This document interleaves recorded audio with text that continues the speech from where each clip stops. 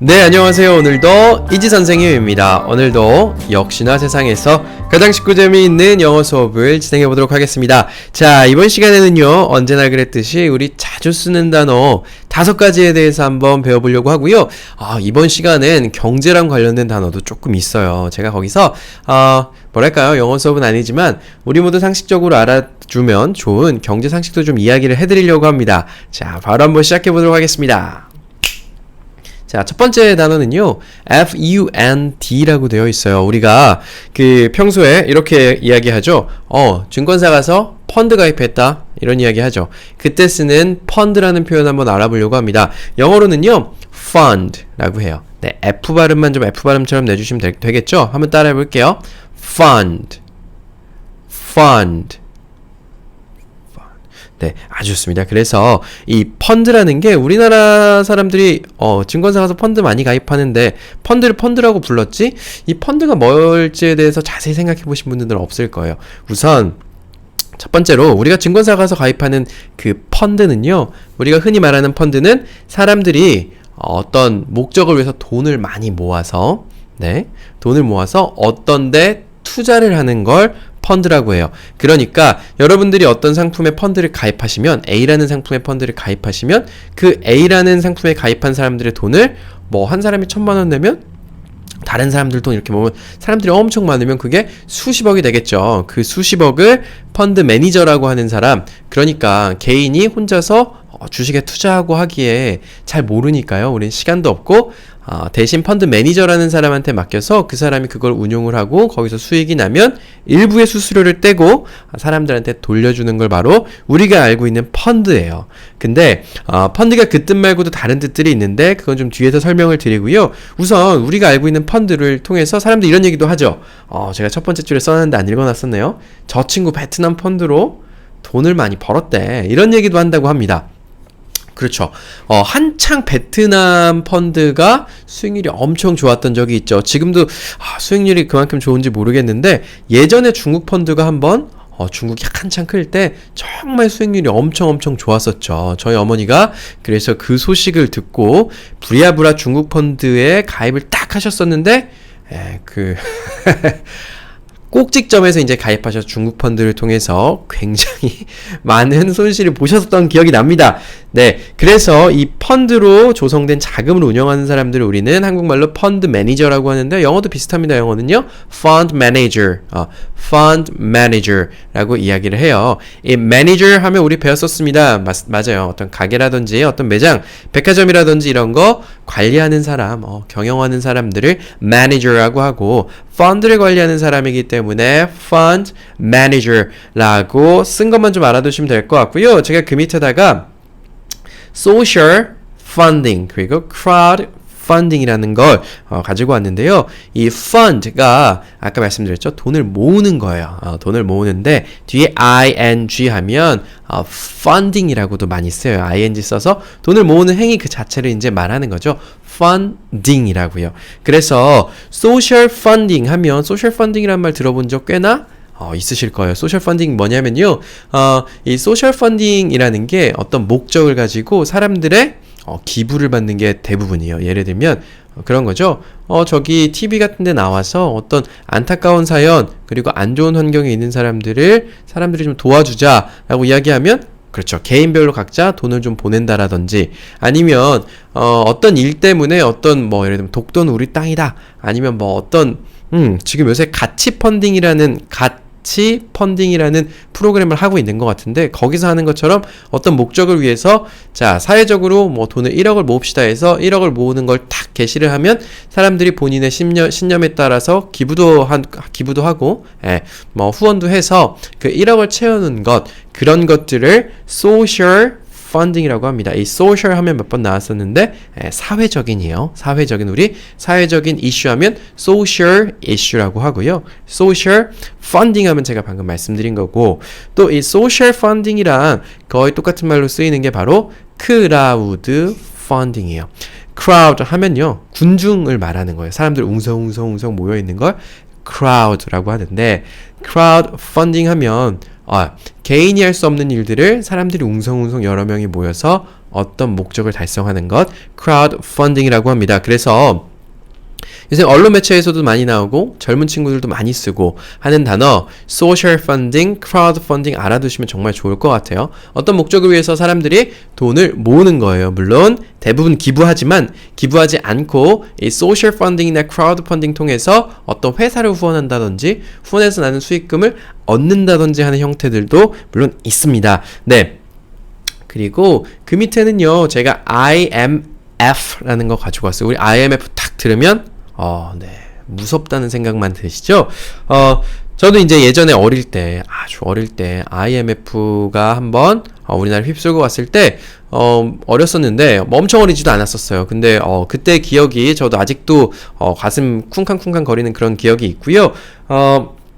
이 IMF는 이런 약자예요. The International Monetary Fund예요. 네. The International 하면 국제적인 monetary 하면 monetary 하면 통화량의 통화의 화폐의 이런 거예요. 그러니까 우리가 돈 관련된 거 이야기하겠죠. fund 하면 국제적인 화폐를 통화들을 모아놓은 것이에요. 우리는 이렇게 말하죠. 국제 통화 기금이라고 하는 거예요. 국제 International 통화 monetary fund 기금. 그러니까 제가 아까 이따가 말씀드릴게요라고 이야기했던 펀드가요. 우리가 기존에 증권사 가서 드는 펀드뿐만 아니라 어떠한 목적을 위해서 사람들이 돈을 모으는 그런 것들을 다 펀드라고 해요. 그래서 기금 내지는 자금이라고도 해석이 됩니다. 뭐 국가의 자금이라고 이야기하는 국가 자금도 사실 사람들이 내는 거죠. 세금으로. 국가 자금도 펀드라고 표현하는 경우들이 있고 이렇게 국제 통화 기금과 같이 일정한 목적을 위해서 각 나라들이 돈을 출자하는 것들 역시도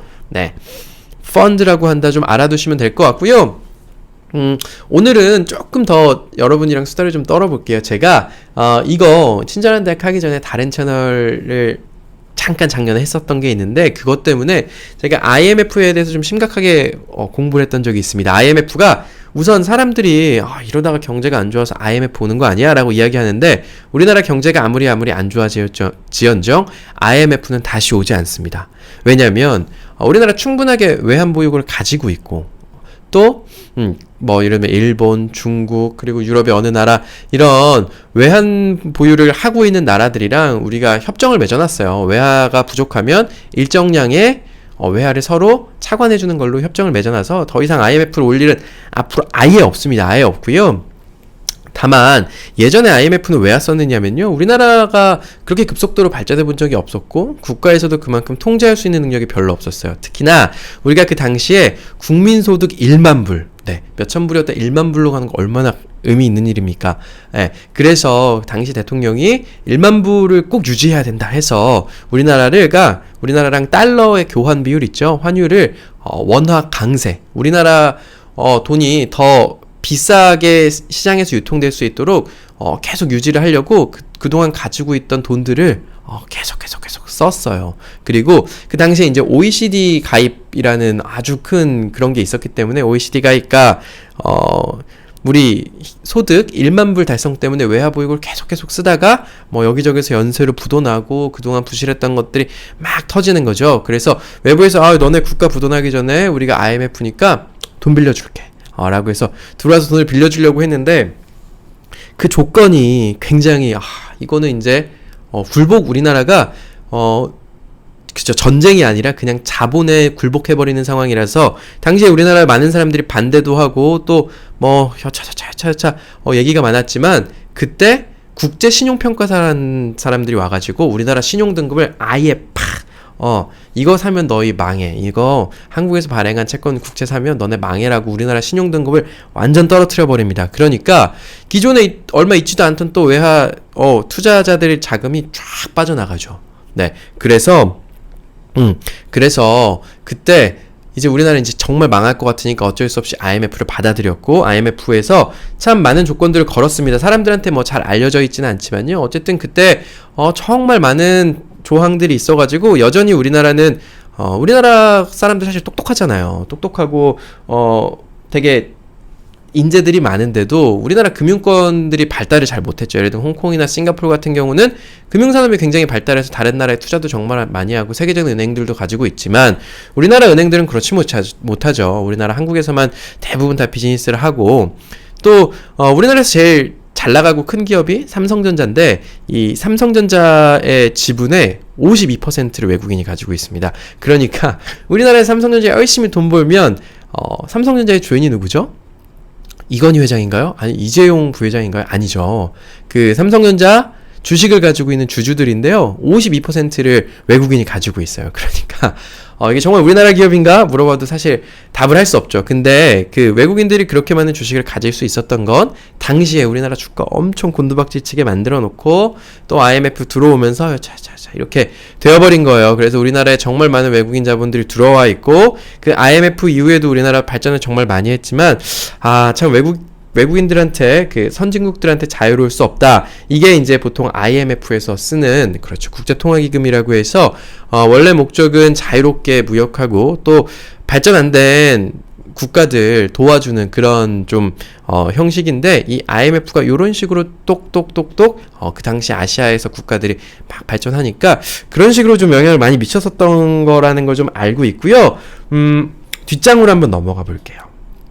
네, 오늘은 좀 제가 여담이 좀 긴데 한번 해보겠습니다. 그 다음도요 경제 영어예요. INFLATION이라고 해서 인플레이션이라고 하는 단어입니다. 자, 인플레 들어본 적 있으실까요? 인플레가 뭐죠? 네, 물가가 꾸준하게 쫙 오르는 걸 인플레라고 하고요. 자, 영어 단어 한번 따라해 보겠습니다. inflation. 네, inflation 이렇게 발음하고요.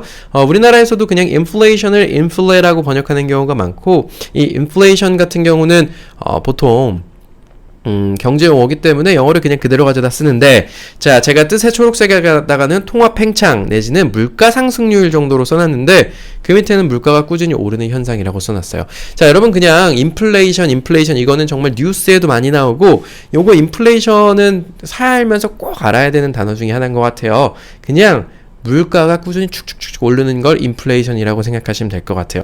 제가 여기다 이런 거 써놨습니다. 제가 어릴 때 쌍쌍바 참 좋아했습니다. 쌍쌍바 초콜릿으로 딱 두 개 돼 있으면 쫙 쪼개서 하나씩 두 개 먹을 수 있는 거예요. 그 제 기억에 어릴 때 쌍쌍바 50원이었습니다. 아마 여러분 10원이었던 때, 뭐 5원이었던 때 기억하시는 분들도 계실 텐데 지금 쌍쌍바 1000원인가 그래요. 네, 쌍쌍바가 20배나 더 비싸졌는데 쌍쌍바 더 작아진 것 같습니다.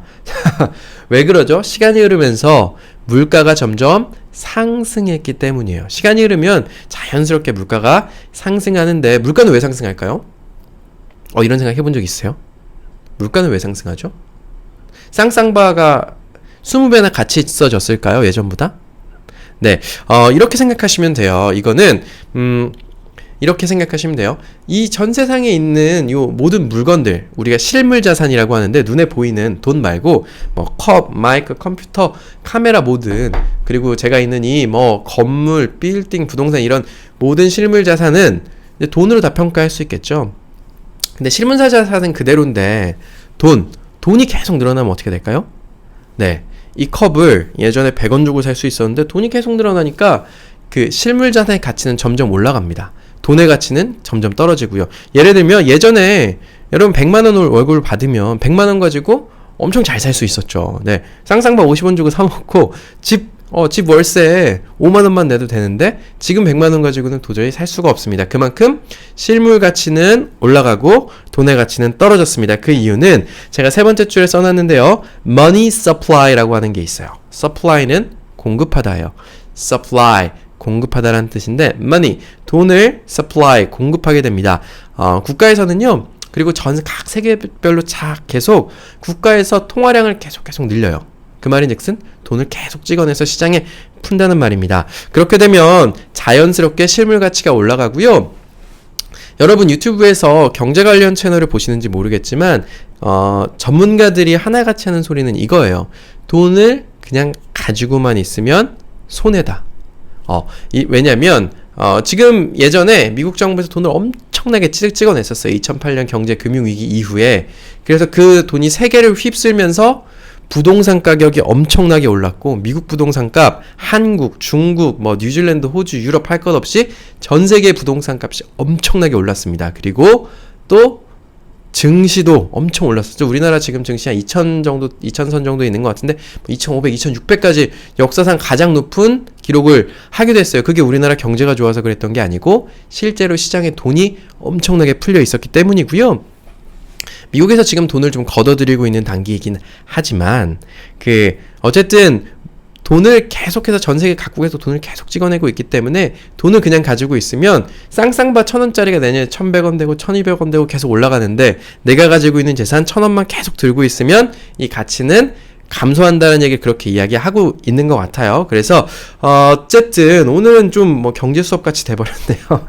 네, 그렇게 이야기하고요. 제가 그 네 번째에다가는 hyperinflation이라는 걸 써놨습니다. 네, inflation 물가 상승이기는 하지만 hyper 그러니까 hyper 하면 어떤 게 너무 과도한 상태를 보통 hyper라고 이야기합니다. 그래서 hyperinflation 하면 물가 상승이 정말 과도한 상태. 예를 들면 독일에서 예전에 전쟁 후에 물가가 생필품 같은 게 없어서 물가가 너무너무 막 10,000% 막 100,000% 이렇게 올라가지고요. 빵 하나 사려면 리어커에다가 돈을 쌓아서 가야만 빵을 하나 살 수 있었다. 이런 얘기도 들어보신 적 있고 실제로 그건 과거 일이지만 현재 베네수엘라라고 하는 나라에서 이런 일이 벌어지고 있습니다. 베네수엘라가 원래는 석유를 팔아서 먹고 살고 있던 나라예요. 남미에서 꽤나 먹고 살만한 나라였습니다. 근데 베네수엘라에서 사회주의 정책 같은 것도 막 많이 하고 또 베네수엘라에서 석유가 전 세계에서 가장 많이 묻혀있는 나라긴 하지만 석유 가격이 많이 떨어지면서 나라가 갑작스럽게 많이 어려워지게 됩니다. 그래서 지금 치안이 정말 안 좋대요. 살인도 엄청 많이 일어나고 또 뭐 도둑질도 엄청 많이 일어나고 뭐 납치며 나라가 시스템이 거의 붕괴됐고 공산품 그러니까 석유가 펑펑 나니까 다 사다 쓴 거예요. 근데 사다 쓰려니까 이제는 우리 석유가 안 팔리고 나니까 그 나라 통화 가치가 돈의 가치가 너무 떨어져서 돈을 이따만큼 가지고 가야만 빵 하나 살 수 있고 돈을 이따만큼 가지고 가야지만 약 하나 살 수 있는 단계가 되어 있다고 해서 지금 정부에서 더 이상 컨트롤할 수 없는 hyperinflation 상태라고 좀 알아두시면 좋을 것 같고요. 그 다음에 제가 가지고 온 게 deflation이라는 단어입니다. deflation은요, inflation에서 앞에 in을 de로만 바꿨고, inflation이 물가가 상승하는 거라면 그 반대예요. deflation 하면 물가가 하락하는 겁니다. 네, 그래서 물가가 하락하면 돈의 가치는 올라가는 거죠. 그래서 실물의 가치랑 돈의 가치는 늘 이렇게 이제 상반되는데 디플레이션이 실제로 일어나는 경우는 많지는 않아요. 물가가 떨어지는 경우는 별로 없죠. 네, 그 정도 알아두시면 좋을 것 같고요. 다음 장으로 넘어가기에 앞서서 지금 이제 벌써 9월이 시작돼 버려서 제가 여러분들께 좀 공지를 좀 해드리려고 합니다.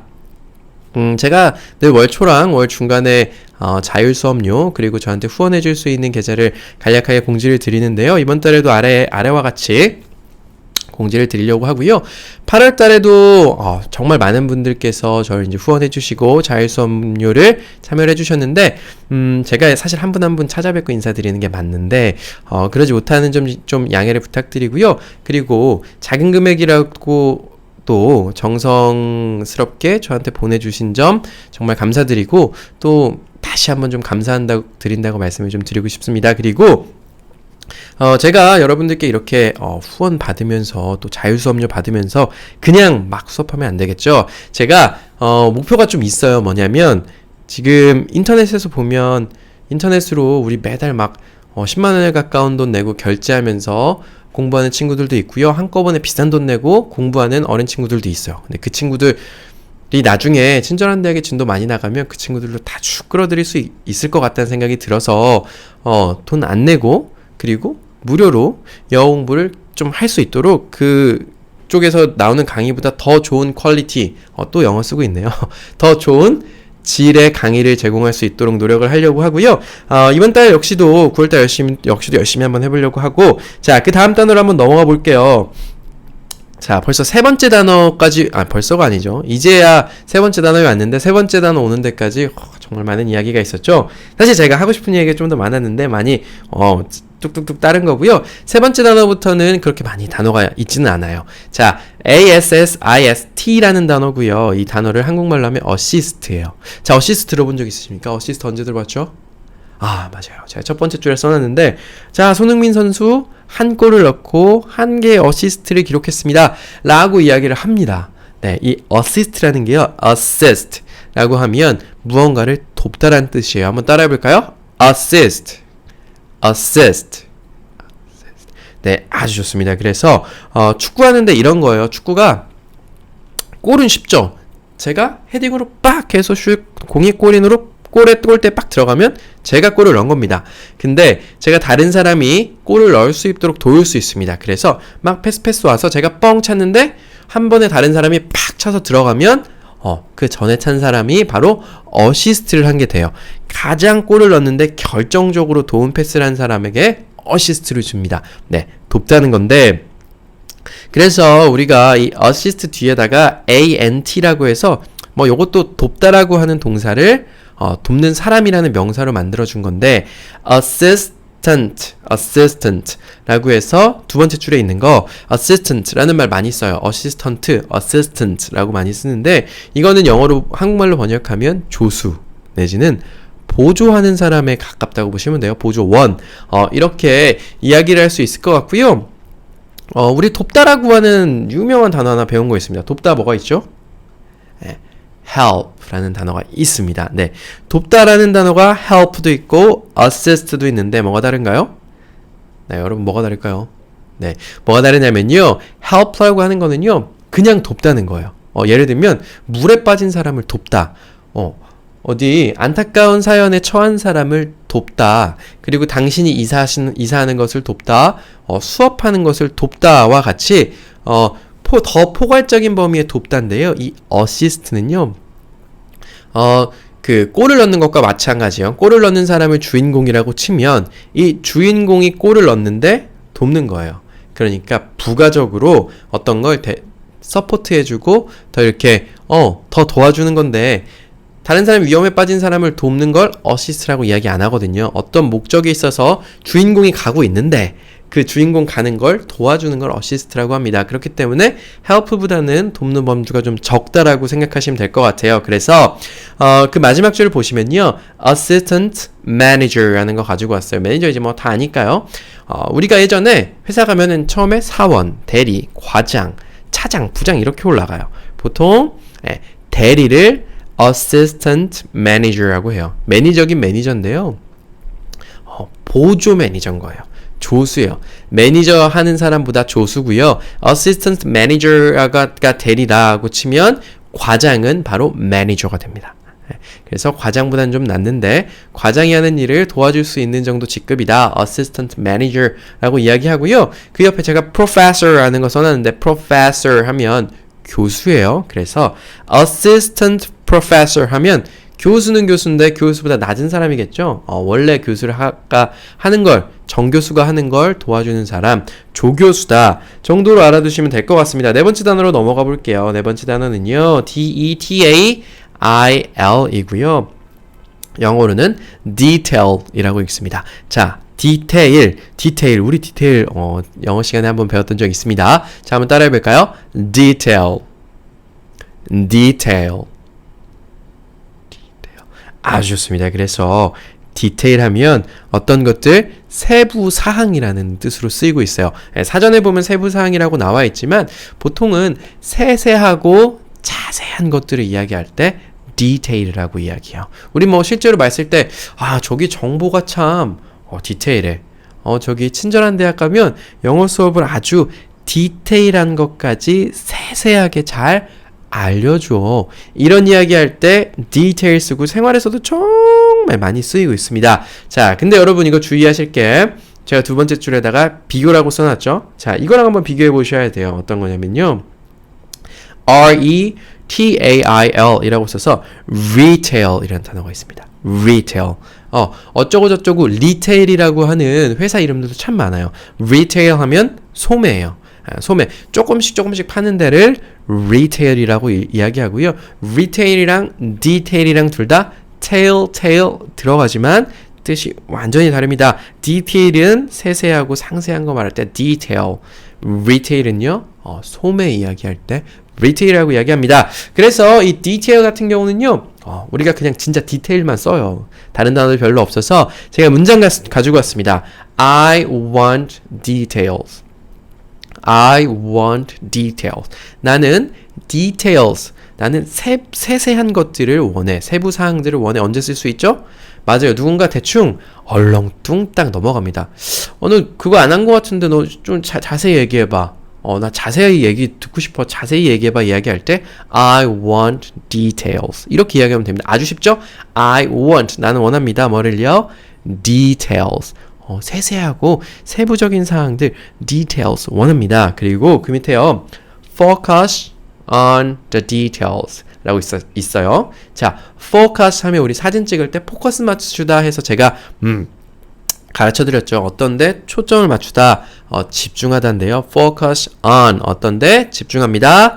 the details 상세한 곳, 세세한 것에 집중합니다라는 뜻이에요. 그래서 focus on the details 하면 우리가 큰 것도 중요하지만 어떤 사람들은 세세한 것에 집중해야 되는 사람들도 있겠죠. 그럴 때 쓰는 표현입니다. 자, 네 번째 단어 detail까지 배워봤고요. 마지막으로 넘어가 보겠습니다. 마지막에는요. convention 이라는 단어가 있고요. 제가 이제 앞에 첫 번째, 두 번째 단어를 오래 했기 때문에 세 번째, 네 번째, 다섯 번째 단어는 간단하게만 할게요. 자, 우리가 이거는요. 세 글자, 세 글자, 네 글자, 10글자인데요. 세 글자, 세 글자, 네 글자 끊어서 읽으면 됩니다. convention이에요. convention 많이 들어보셨죠? 네, 거기 쓰는 바로 convention 이거예요. 영어는요. convention 비슷합니다만 따라해볼까요? convention.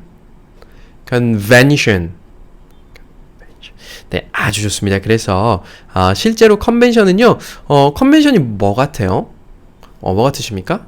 우리가 컨벤션 센터 아니면 우리나라 사람들 다 웬만한 사람들 다 컨벤션 센터에서 결혼하죠.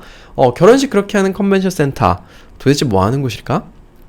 네, 일단 컨벤션의 뜻은요. 어떤 대회. 그러니까 대회, 협의회. 그러니까 뭐 각국 사람들이 모여서 어떤 협의 같은 걸 한다든지 아니면 뭐 큰 조직 같은 데서 어떤 회의를 할 때 컨벤션이라고 이야기를 하고요. 내지는 두 번째는 관습이라는 뜻이 있는데 이건 좀 뒤에서 알려드릴게요. 자, 그래서 우리나라 가장 큰 컨벤션 센터 여기 아닌가요? 코엑스 컨벤션 센터. 코엑스 컨벤션 센터. 선릉에 있는 코엑스가 원래는 컨벤션 센터죠. 그래서 이 컨벤션이라고 하는 게 정말 큰 회의, 어떤 대회라고 하는 것들 할 수 있는 시설들 갖춰놓은 것을 컨벤션 센터라고 해요. 그래서 컨벤션 센터 실제로 가면 객석도 막 수백 석이 있고 또 강단도 있고 뒤에 자료 같은 거 띄워놓을 수 있는 화면도 있고 마이크로 이야기하면 동시 통역 같은 거 되는 시스템도 갖추고 있는 곳이 많습니다. 그곳이 바로 컨벤션 센터고 이 컨벤션 센터가 맨날 회의할 수 없으니까 결혼식 같은 거 할 때 주말에 결혼식장으로도 빌려주기 때문에 사람들이 결혼식을 컨벤션 센터에서 하는 거예요. 그리고 이 코엑스라고 하는 게 COEX라고 제가 써놨는데 코엑스가 왜 코엑스일까요? 코리아 뭐 엑스포 이런 거라서 코엑스일까요? 그럴 수도 있어요. 근데 보통 미국에서 영어로 우리가 코엑스라고 이야기하면 이렇게 이야기합니다. 코엑스는요 Convention and Exhibition이라고 두 번째 줄에 나와 있습니다. 단어 어려우니까 Exhibition 안 외우셔도 돼요. Exhibition은 그냥 전시회예요.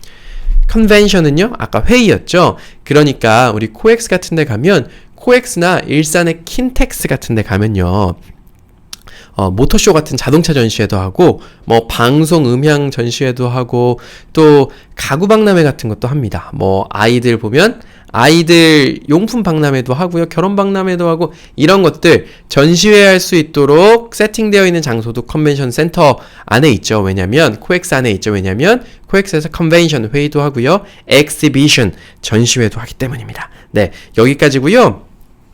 그 세 번째는요. 소셜 컨벤션이라고 하는데 컨벤션이 사람들이 많이 모여서 하는 회의도 컨벤션이지만 사람들이 많이 모여서 쓰고 있었던 예전에 썼던 관습들, 습관들, 관습들, 풍습들 이런 것들도 convention이라고 이야기합니다. 여기까지 모르셔도 괜찮습니다. 그냥 convention center라고 우리가 많이 쓰이는데 convention 하면 저기서 가서 회의도 하고 전시회 같은 것도 할 수 있는 공간이구나까지만 아시면 될 것 같고요. social convention 이 정도는 그냥 상식으로만 듣고 흘리셔도 이쪽 귀로 듣고 이쪽 귀로 흘리셔도 돼요.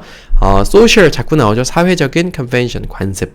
그러니까 우리도 뭐 사회적인 관습 예를 들면 뭐 우리 사람들끼리 만나면 나이 묻고 나이 많은 사람들이 연장자가 되고 그 아랫 사람이 좀 손 아랫 사람이 되고 인사 안녕하세요 이렇게 인사하는 이런 관습들 social convention이라고 하고요. conventional 하면 convention 뒤에 AL 붙인 거예요. 네 번째 줄인데 이거 역시도 좀 어려우니까 잊으셔도 됩니다. 다만 중급 이상이 되시면 conventional이라는 단어 좀 자주 쓰는데 이게 관습적인 이런 거예요. 아니면 원래 쓰고 있었던 그래서 conventional weapons 하면 원래 쓰고 있었던 weapons 무기들 해서 재래식 무기를 이야기하고요. 여기까지 모르셔도 될 것 같습니다. 간단하게 오늘 배운 거 복습 한번 해볼게요. 오늘 강의가 좀 길었는데요. 첫 번째 배운 건 fund다. fund의 뜻은 사람들이 돈을 모은 것을 바로 fund라고 이야기한다. 그래서 우리가 증권사에 투자하는 fund도 있었지만요. social funding도 있었고 crowdfunding이라는 것도 배웠고요. IMF도 일종의 fund, 기금이다 까지 배웠었고요. 두 번째, 물가가 점점 상승하는 거 우리나라 말로 인플레 내지는 inflation이라고 하는 거 영어에서 inflation이라고 하는 것도 배웠었고요. 우리가 돕다. 손흥민 선수가 한 골을 넣고 한 골을 어시스트 했습니다 라고 해서 어시스트는 주인공이 있는데 그 주인공이 무언가 하는 걸 돕는 걸 어시스트라고 하고 또 그 다음번에 detail이라는 것 배웠습니다. 저 사람 디테일에 참 강한데 정보가 참 디테일해요. 이렇게 이야기할 수 있도록 세세한 것, 자세한 것들 이야기할 때 detail이라고 이야기한다까지 배웠고요.